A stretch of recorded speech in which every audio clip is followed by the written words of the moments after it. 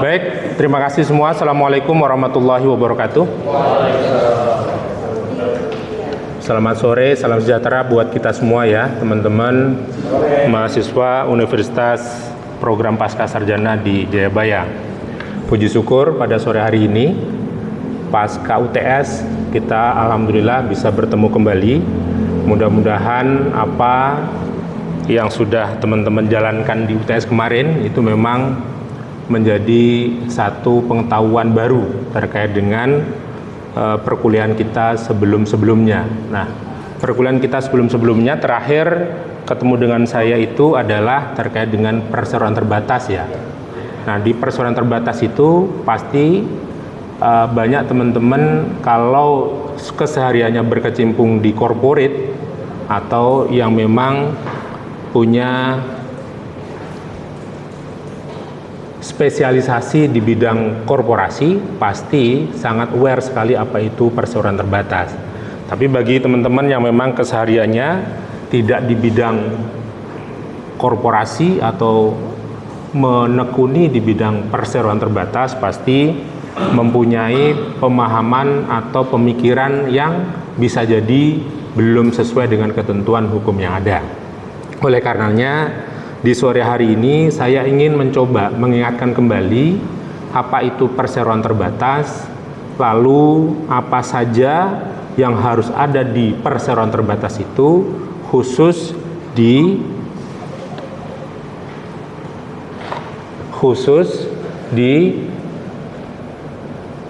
struktur organisasinya. Kalau kita tahu perseroan terbatas pasti akan tahu apa itu shareholder, apa itu pemegang saham. Kalau kita tahu perseroan terbatas, apa itu pengurus. Ada direktur yang statusnya pengurus, direktur juga pastinya punya status yang berbeda kalau direkturnya itu lebih dari satu direktur. Begitu juga pengawas. Ada pengawas yang mungkin di dalam satu perseroan itu hanya jumlahnya satu. Akan tapi pada saat kita bicara perseroan terbatas yang notabene mereka adalah perusahaan yang besar, biasanya antara pengurus dan pengawas itu lebih dari satu, yang kalau statusnya lebih dari satu maka akan ditunjuk salah satunya itu sebagai direktur utama. Begitu juga komisaris, pasti akan ada istilah komisaris utama. Nah, dalam perseroan pasti kita akan tahu terkait dengan perseroan terbatas itu namanya apa pada saat kita memang punya keahlian dan punya pengalaman khusus terkait dengan perseroan terbatas itu didirikannya seperti apa. Makanya di awal-awal pertemuan sudah pernah saya singgung pada saat kita ingin mendirikan perseroan terbatas pasti harus tahu namanya. Namanya biasanya juga harus dipastikan itu sudah ada yang memiliki atau belum, sebelum itu nanti diserahkan kepada notaris agar supaya diinput di dalam akta pendiriannya. Nah, di dalam perseroan terbatas juga pasti kalau kita bicara dulu dengan sekarang ada perbedaan-perbedaan yang signifikan. Kalau dulu kita tahu perseroan terbatas itu ada izin-izin khusus, ada surat keterangan domisili perusahaan yang dulu ada sekarang menjadi tidak ada. Ada juga SIUP, surat izin usaha perusahaan yang dulu ada sekarang menjadi tidak ada.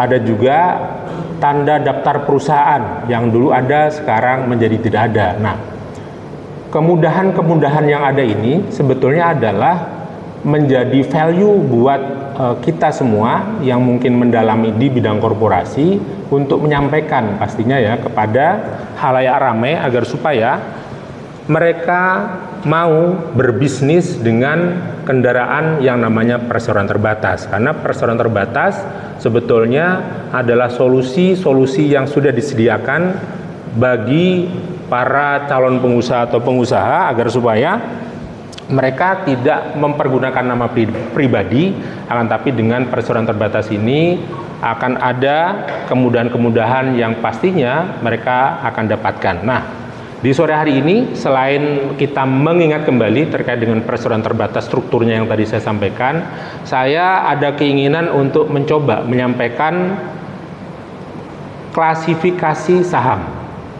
Karena pada saat kita membuat atau mempunyai perseroan terbatas, ada klasifikasi saham yang dengan klasifikasi saham itu bapak-bapak dan ibu-ibu atau teman-teman semua pasti akan mempunyai hak yang berbeda pada saat saham yang bapak dan ibu miliki itu mempunyai klasifikasi tertentu.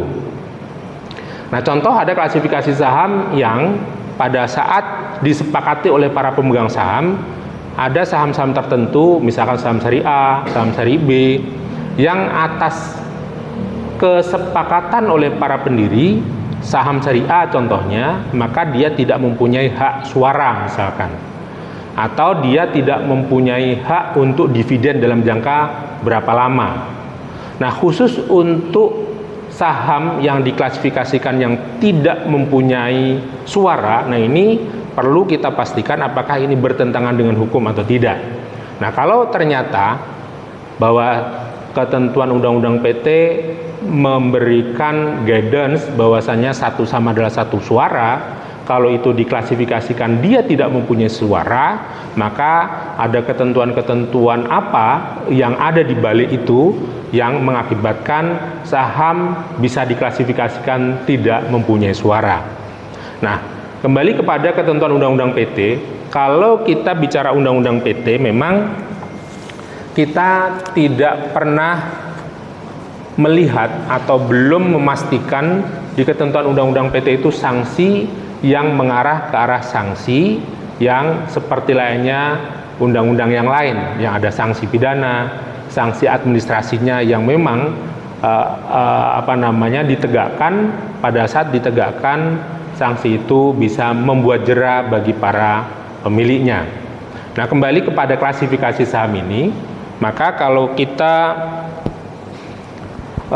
ada teman-teman yang bawa undang-undang PT,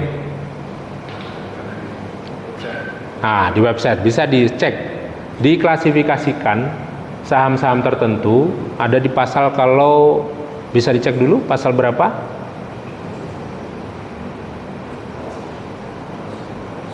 Klasifikasi saham.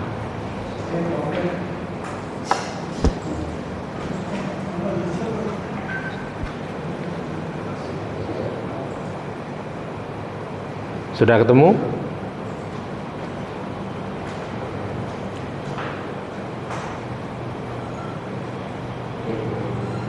Nah, sekarang sebetulnya pada saat teman-teman kesulitan bisa tanya ke ChatGPT. Meskipun ChatGPT ini banyak orang yang menganggap adalah merupakan satu sarana teknologi yang bisa jadi kurang pas dipergunakan di pasal 52. Nah, bisa dibaca pasal 52 itu seperti apa.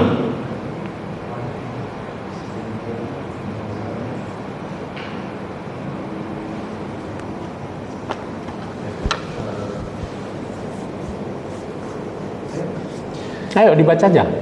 Pasal 52, 1. Saham memberikan hak kepada pemiliknya untuk A. menghadiri dan mengeluarkan suara dalam LPS, B. menerima pembayaran dividen dan sisa kekayaan hasil likuidasi, C. menjalankan hak kekayaan berdasarkan undang-undang ini. Ayat 2. Ketentuan sebagaimana dimaksud pada ayat 1 berlaku setelah saham dicatat dalam daftar pemegang saham atas nama pemiliknya. Ayat 3. Ketentuan sebagaimana dimaksud pada ayat 1 huruf A dan huruf C tidak berlaku bagi klasifikasi saham tertentu sebagaimana ditetapkan dalam undang-undang ini. Ayat 4. Setiap saham memberikan kepada pemiliknya hak yang tidak dapat dibagi. Ayat 5. Dalam hal satu saham dimiliki oleh lebih dari satu orang, hak yang timbul dari saham tersebut digunakan dengan cara menunjuk satu orang sebagai wakil bersama. Ada yang bisa memberikan penjelasan yang saham satu suara. Nah, pada saat diklasifikasikan di situ apabila diberikan klasifikasi tidak mempunyai suara misalkan, bertentangan tidak dengan pasal tersebut.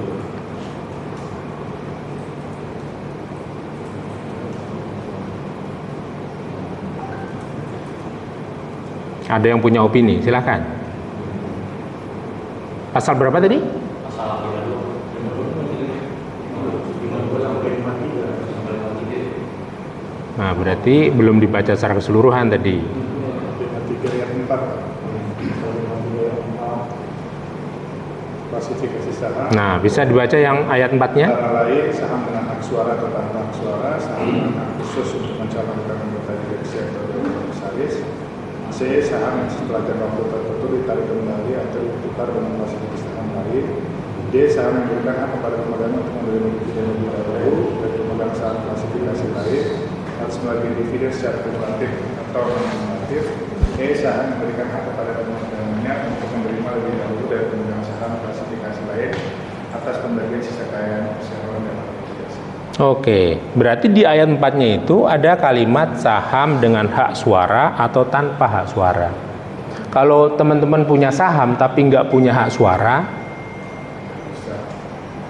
tidak bisa memberikan pendapat pastinya, karena pada saat ada rapat umum pemegang saham, pastinya setiap pemegang saham itu mempunyai pendapat yang bisa didengar di dalam rapat umum pemegang saham tersebut. Nah, teman-teman pernah tidak mempunyai pengalaman ada memang saham-saham yang tidak mempunyai suara dalam hal apa?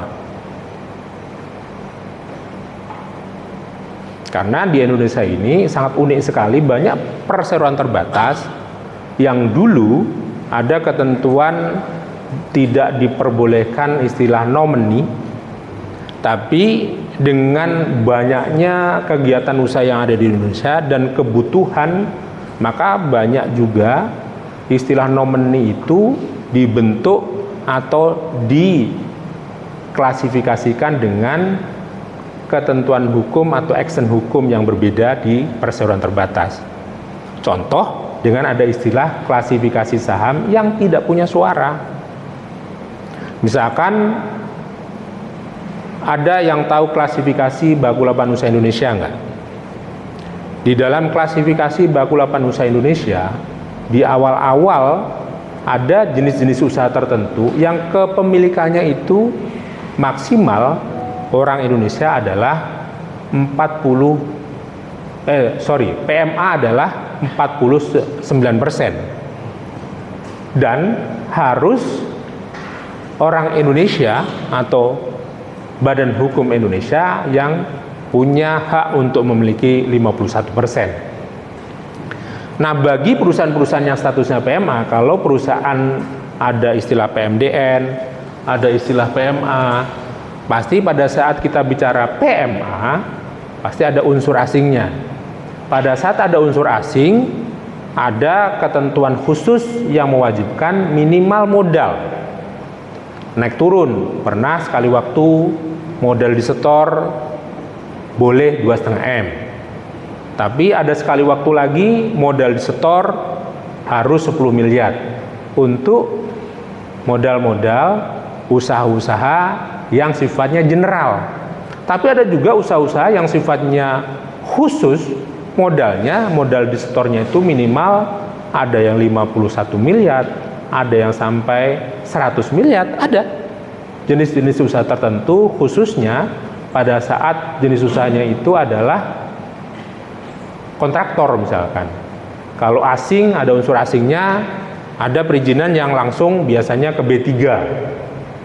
Nah, pada saat perizinannya harus langsung B3, pastinya modalnya pun juga harus disesuaikan ke arah modal yang harus berklasifikasi modal besar.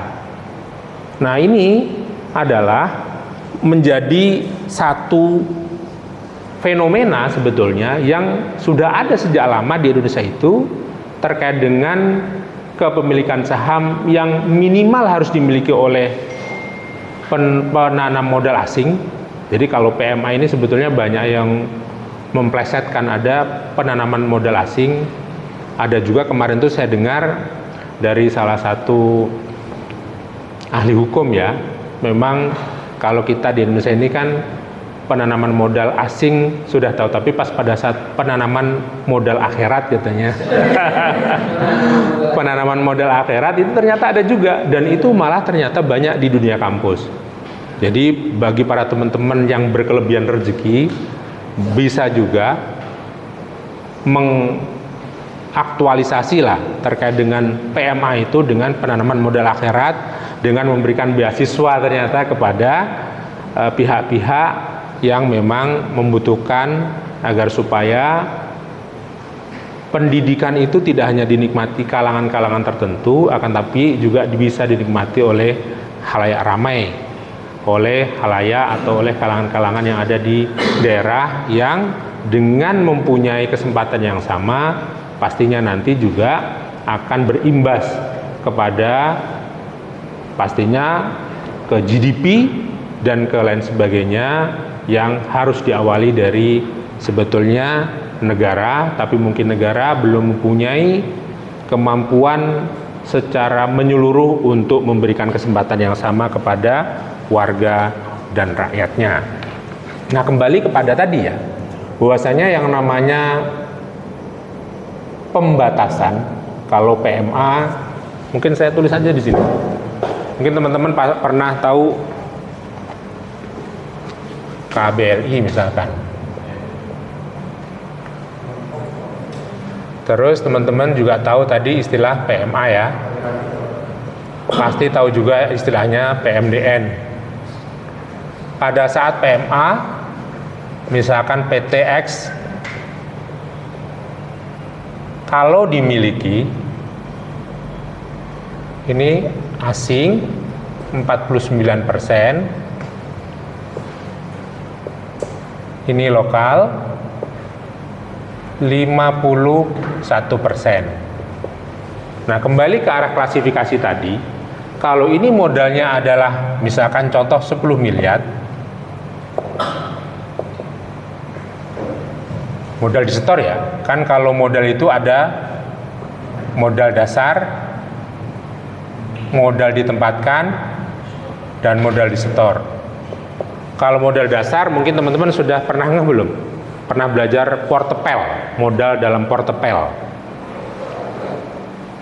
Modal dalam portepel ini memang nanti kita ada pembahasan khusus terkait dengan modal dalam portepel ini.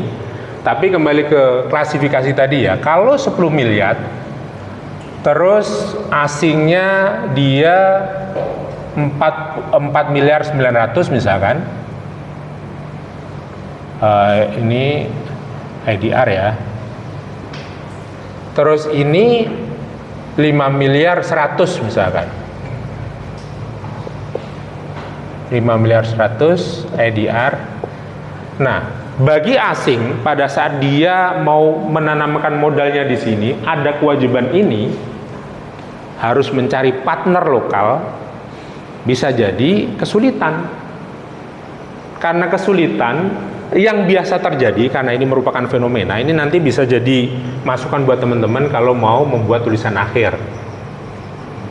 Akhirnya saham yang dimiliki oleh lokal ini, karena dalam tanda kutip bahasanya adalah nomini tadi, maka 51% ini bisa jadi diklasifikasikan lembarnya lebih sedikit dibandingkan dengan lembaran saham yang hanya 49%. Misalkan ada seri A, ada seri B. Kalau saham seri A itu adalah di sini, saham seri B itu adalah di sini, maka kalau saham seri A ini nilainya per lembarnya adalah 1 juta, misalkan contoh ya. Kalau ini per lembarnya adalah 100.000, maka secara jumlah pasti akan lebih banyak yang saham seri B. Tapi kalau kita bicara ke arah capital market, pasti akan jadi beda. Wah, sahamnya nilainya kecil, ngapain kita beli misalkan. Tapi kalau saham-saham di perusahaan private, nilai ini berpengaruh kepada suara. Makanya tadi yang di pasal 53 ayat 4, klasifikasi saham yang diperbolehkan, akan tapi undang-undang di bidang pasar modal melarang nomini, maka seolah-olah Undang-undang PT dengan Undang-undang Pasar Modal ini mempunyai sudut pandang yang berbeda terkait dengan penanaman modal asing ini. Makanya menjadi satu fenomena yang sampai sekarang sebetulnya istilah nomini itu memang sudah tidak ada. Akan tapi ada perjanjian-perjanjian yang diciptakan oleh para ahli hukum. Ada istilahnya perjanjian hutang piutang. Misalkan kita bikin siklus gitu ya, kita istilahkan nomini lah, nomini agreement. Setelah ada nomini agreement, ada pledge agreement. Setelah ada pledge agreement, ada power of attorney atau pemberian kuasa, surat kuasa lah, agar saham yang digade ini perjanjian pinjam meminjam, perjanjian gadai, dan ini adalah surat kuasa. Ini pasti bagi teman-teman yang di corporate tidak asing terkait dengan ini.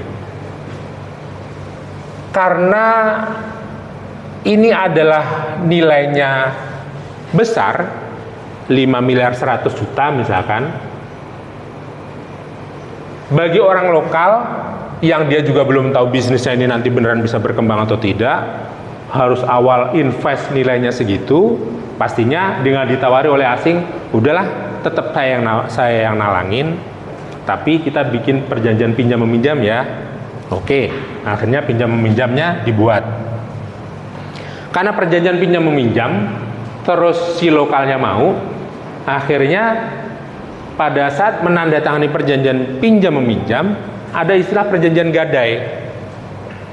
Saham yang dimiliki oleh lokal, satu sudah diklasifikasikan misalkan lembarnya lebih sedikit supaya dia juga tidak punya suara, atau dia punya suara tapi kecil.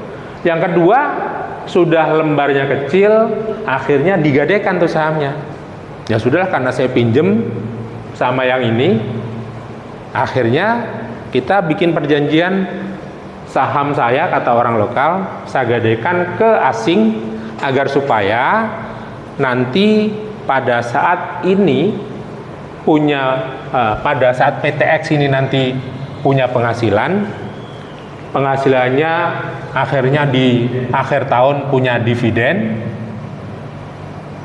dividennya lumayan besar misalkan, akhirnya ada RUPS pembagian dividen.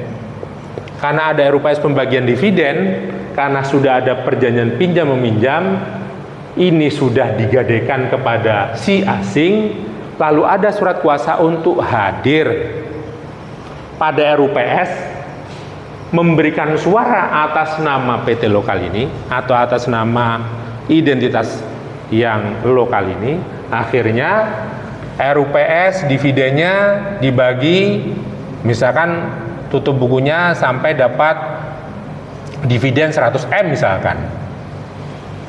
100M untuk cadangan 20M, akhirnya 80M dibagi, seharusnya di sini dapat. Akan tapi karena di sini dapat ada ini dan ada ini, lalu seolah-olah ya sudah, ini larinya semuanya ke asing yang untuk sementara di sini dia punya buku di SPT pribadinya, di sini juga SPT pribadi. Akhirnya ini pasti bagi yang teman-teman punya keahlian di bidang accounting, tahu caranya seperti apa yang untuk mencatatkan hutang, gadai, dan lain sebagainya ini, agar pencatatannya itu nanti bisa match ke arah laporan tahunan ke SPT-nya. Nah, ini adalah merupakan satu fenomena yang terjadi sampai saat ini. Akan tapi memang dengan diperbolehkannya membuat klasifikasi-klasifikasi tertentu yang seolah-olah memang di undang-undang yang lain itu memang diperbolehkan, akan tetapi di ketentuan undang-undang yang lain juga tidak diperbolehkan. Contohnya undang-undang PT membolehkan klasifikasi, di undang-undang pasar modal tidak membolehkan istilah nomini tadi. Nah, akhirnya menjadi seperti ini sangat lazim terjadi di Indonesia. Ada yang mau menyampaikan pengalaman terkait dengan ini? Silakan. Atau sudah pernah punya pengalaman, Pak, sekarang sudah lebih canggih lagi Pak katanya. Selain tadi diperkecil suaranya atau diklasifikasikan yang tidak punya suara, kalau diklasifikasikan yang tidak punya suara malah tidak perlu bikin perjanjian-perjanjian ini kan, ngapain bikin perjanjian ini, diklasifikasikan aja nggak punya suara, ngapain harus bikin ini, karena dulu kalau misalkan teman-teman yang di bidang corporate bikin perjanjian itu dihitungnya bukan kok lembarnya, akan tetapi dihitung berdasarkan berapa kata yang ada di dalam perjanjian itu. Setiap kata kalau dihitung 1 juta tinggal dikali itu. Dulu juga ada istilah restructure. Mungkin dari teman-teman ada yang expert di bidang perpajakan. Nah, bisa ini. Misalkan PT A. Ini kita bicara sebelum sekarang ya. Kalau sekarang memang udah ada kebijakan yang lain. Ini individu.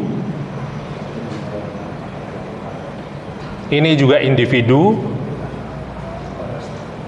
Ini juga individu.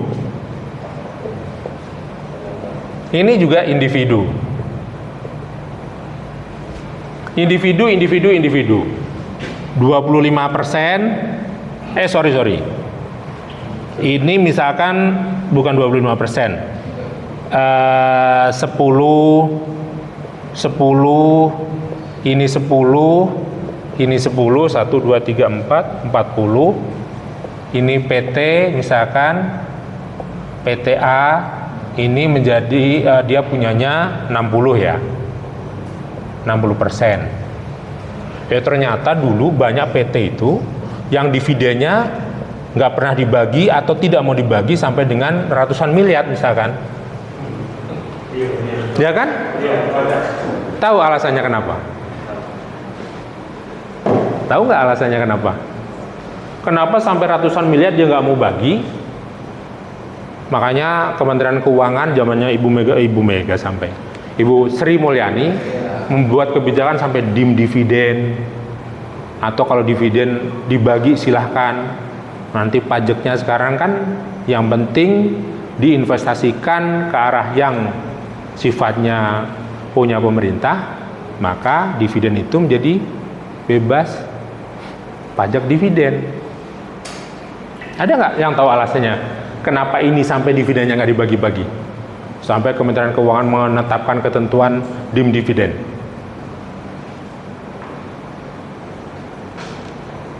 Pada saat ini, misalkan disepakati RUPS, dibagi misalkan 500M. Ini sangat real sekali di Indonesia membagi dividen sampai 500M. Ada sampai triliunan, ya kan? 500M. Ke PTA 60%, kena pajak nggak?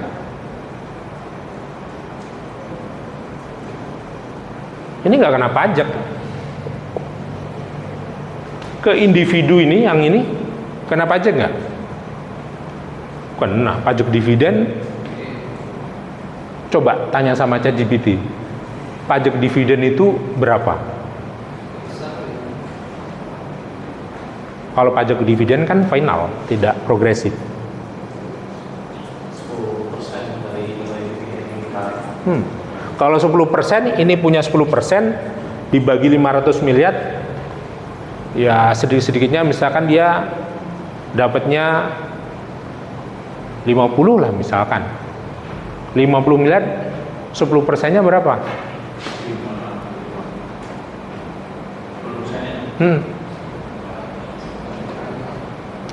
50 miliar, 10%-nya berapa? 1M atau berapa? Nah, 5M lah, contoh 5M. Mau nggak bayar 5M? Mau nggak bayar 5M? Gimana Pak? Sudah mandiri ya? Mau nggak bayar 5M? Iya, makanya ketentuan perpajakan kita saat itu ada istilah tax planning kan.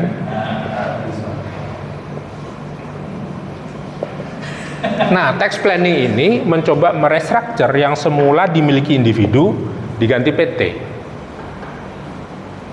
Ini diganti PT, akhirnya PT ini dimiliki oleh individu ini tadi dan misalkan anak dari individu ini. Ini 99%, ini 1%. Karena dimiliki PT yang semula cuman punya 10%, akhirnya dia nawar sama yang sini, tolong dong kasih ke saya minimal jadi 25% atau minimal 20%, karena ketentuan aturannya itu kalau dibagi ke statusnya adalah PT yang tadinya harus 10% minimal, yang tadi risetnya teman kita, akhirnya yang harusnya bayar 50M akhirnya jadi zero. Nah, ini pertanyaannya, konsultannya siapa nih? Nah, konsultannya karena yang dibagi adalah 500M tadi ini, karena ini adalah orang tuanya, makanya kenapa dia punya saham lebih banyak. Ini anak ke-1, anak kedua, anak ketiga, anak keempat. Akhirnya karena di restructure, oh ya ini kan keluarga, ini kan sudah sepuh, daripada nanti rebutan harta, lebih baik dari sekarang. Ini 60, ya sudahlah, tinggal aja di sini cuman 20 misalkan. Ya kan Pak? Misalkan ini cuman 20. Karena ini 1, 2, 3, 4, 5. Ya sudah, di sini jadi yang dari 10 jadi 20, yang sini juga jadi 20. Nah, yang sini 10 dan 10 ini mereka bikin satu PT misalkan, yang dengan kesepakatan jadi kepemilikannya 20. Akhirnya yang membagi 500 miliar tadi, yang harusnya mengeluarkan banyak dana yang harus dibayarkan kepada negara, karena tax planning ini memang diperbolehkan, maka di restructure yang semula milik individu jadi PT, yang semula 10% jadi 20%, dan ini semua kayaknya kita nggak bisa keluar ini. Akhirnya ini adalah restructure yang diminati oleh para pengusaha saat itu, yang menjadikan para konsultannya yang saat itu eksis dan punya perencanaan yang luar biasa ini, kaya raya ikut Pak. Yang bagi dividen adalah PTA kepada para individu ini, yang kaya raya ini juga akhirnya konsultannya juga ikut kaya raya. Udah? Boleh? Boleh, stop aja.